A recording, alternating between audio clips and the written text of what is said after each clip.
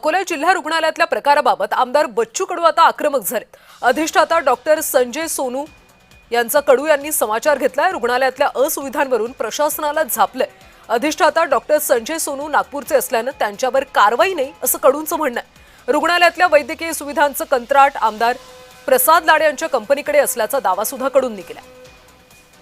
अकोला जिल्हा रुग्णालयात स्ट्रेचर नसल्यामुळे एका महिलेने आपल्या पतीला पाठीवर घेऊन रुग्णालयात उपचारासाठी मदत मागितल्याचा व्हिडिओ व्हायरल झाला होता आणि या घटनेनंतर आमदार बच्चू कडू यांनी अकोला जिल्हा रुग्णालयाला भेट दिली।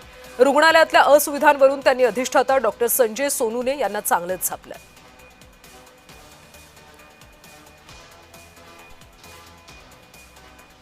आणि दर महिन्याला आढावा घेतला पाहिजे। कोणतं बंद आहे, काय आहे ते, का बंद आहे, का दुरुस्त होत नाही, पीडब्ल्यूडी नंतर फोन केला पाहिजे। ते तुम्ही विसरून गेले। तुमचं अधीक्षक काम करत नाही, खालची टीम गायब आहे आणि उलट त्या स्ट्रेचरसाठी तुम्ही त्या पेशंटला दोषी ठरवला। काय तुम्ही अफलातून कारभार केलाय,